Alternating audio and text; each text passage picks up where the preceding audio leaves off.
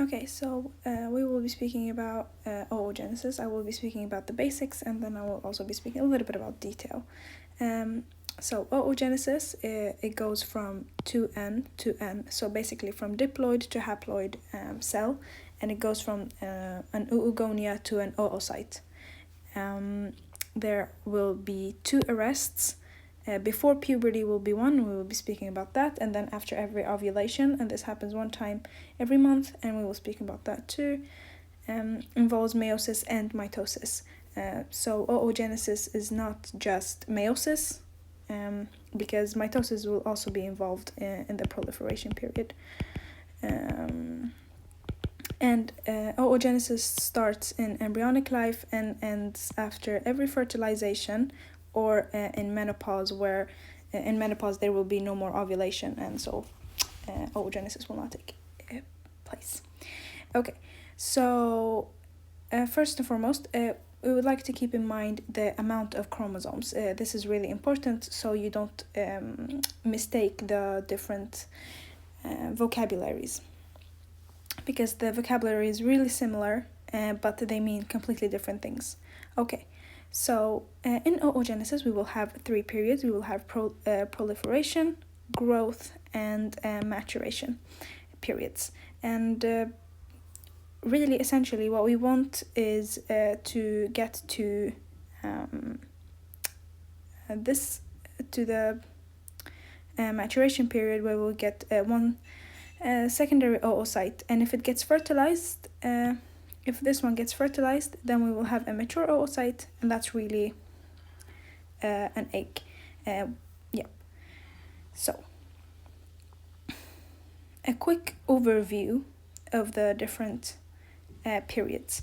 So we will start with the proliferation period, and what happens here is that we go from a PGC to a oogonia. And oogonia is a 2N. So what is a PGC? A PGC is a primordial germ cell.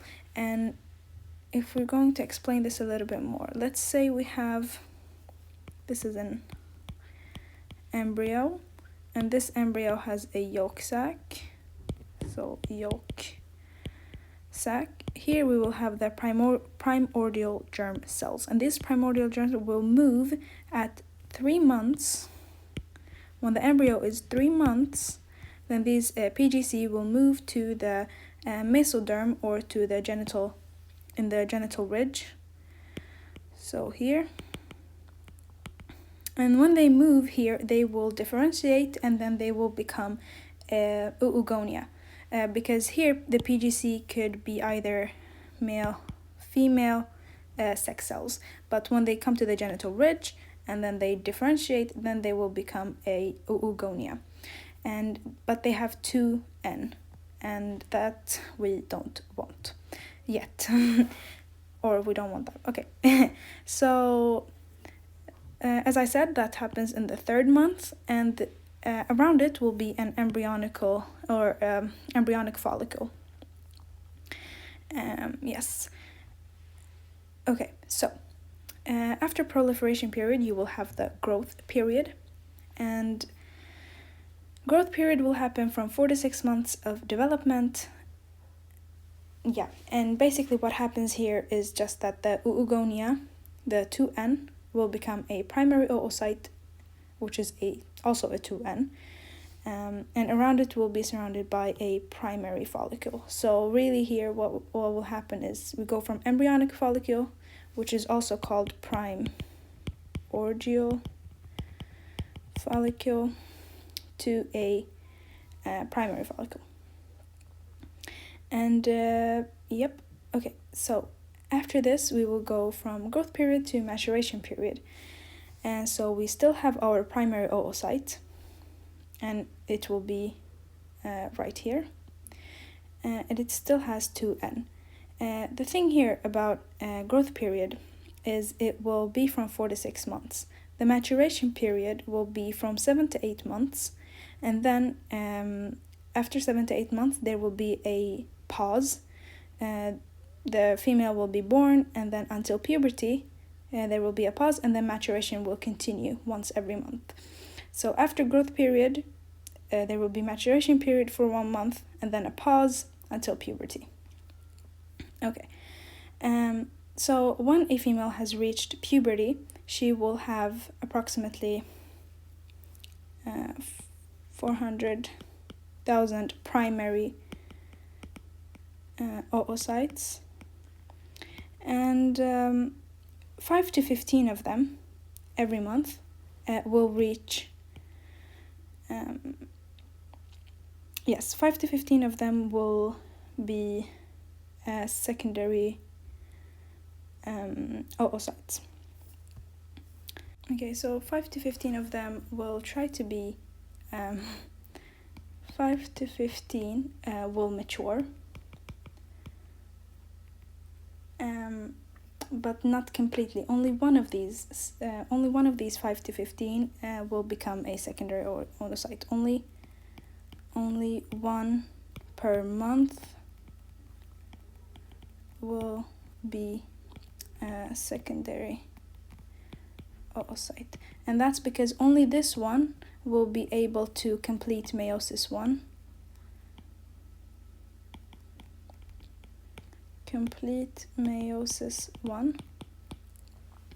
And these the other ones will not. And so therefore this is the one that will move in the fallopian tubes and will go through ovulation. Only one will be and also the follicle. So the follicles will go from primary follicles to mature follicles. Okay. Now, if we're gonna go a little bit more in detail, and I would like to take a look at it out of the type of cells perspective and how that will go.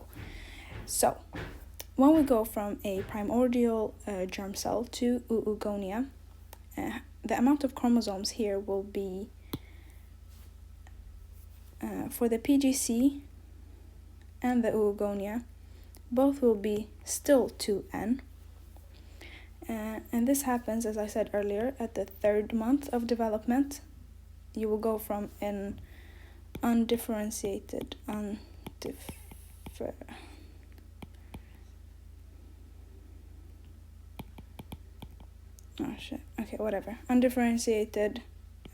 germ cell, and this one is just a differentiated germ cell, but still has 2n. And what kind of period is this? This is the proliferation period. And this means, and after this proliferation period, we will have 7 million oogonia. And the type of follicle that will surround this is an embryonic follicle. Okay. Now, primary oocyte still has 2n, and the time of development for a primary oocyte, so this is kind of where the overlapping will happen. So a primary oocyte can be both in a growth period and in the maturation period. So if we go back to the same colors, let's write 4 to 6 months. This is the time of development. So at 4 to 6 months, you will have a primary oocyte, and this will be at growth period. But also you can have a primary oocyte at 7 to 8 months of embryonic development, and it will be in the maturation period. So basically growth and maturation. Both of these periods will have a primary oocyte, and therefore I will circle it in like so. This one will have 2n, and I will start just like that. Okay, and the type of follicle that will surround these is a primary follicle, like this, like that. So from embryonic to primary follicle, and a primary oocyte. Yep, and this primary oocyte will be existing in both, so let's write this here. This will be pre and post birth, and also pre-puberty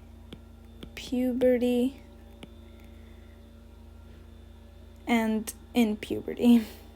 Let's say, and during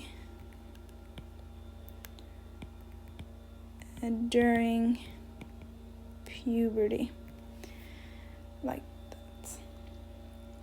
Okay, and then if you guys remember, I was speaking about a pause. So there will be a pause, let's say here, because we said pre and post birth. So post birth, a pause. Yep, and this, let's write here, pause 7 to 8 months until puberty. Okay, let's move on. So, a primary or secondary oocyte, where will we find them, and what kind of chromosome, how many chromosomes they have, etc., etc. So a primary oocyte would be this one, and a primary oocyte, yeah, we already said it has 2N. So if primary 2N, okay. If secondary, then it's 1N, and this will, like, primary and secondary oocyte can exist both in puberty, and both are in the maturation period.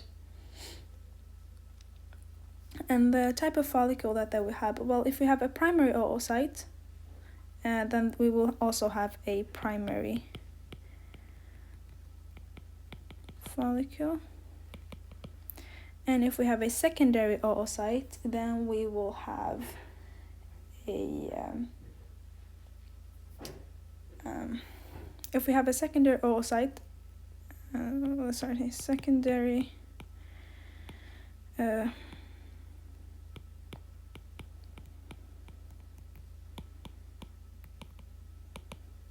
we'll have a mature or Graphian follicle. Yep. The thing about this is that every month from puberty, every month there will be 5 to 15 primary oocytes.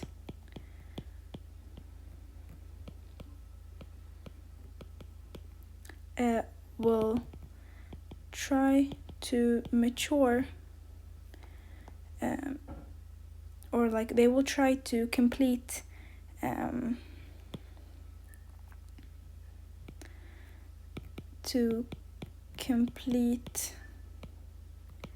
meiosis 1, and if they succeed to complete meiosis 1, then they will become a secondary oocyte. But only one out of these 5 to 15 will be able to complete meiosis 1, and when this one completes meiosis 1, then that's when we get a secondary oocyte, and that's the secondary oocyte that will have 1N. Yep, and this is the secondary oocyte that will also ovulate. Like when we speak about ovulation, it will rupture the follicle, and then ovulation, that's ovulation, and then it will move in the fallopian tubes. Now, if we look at the mature oocyte, as I mentioned, it will be 1N, and this one will be from puberty until, no, more ovulation, and no more ovulation is menopause. And this will also be like maturation period. This will be immature or Graafian follicle will surround it. So mature oocytes in a female's lifetime, they will only develop approximately 450 to 500 in a female's lifetime.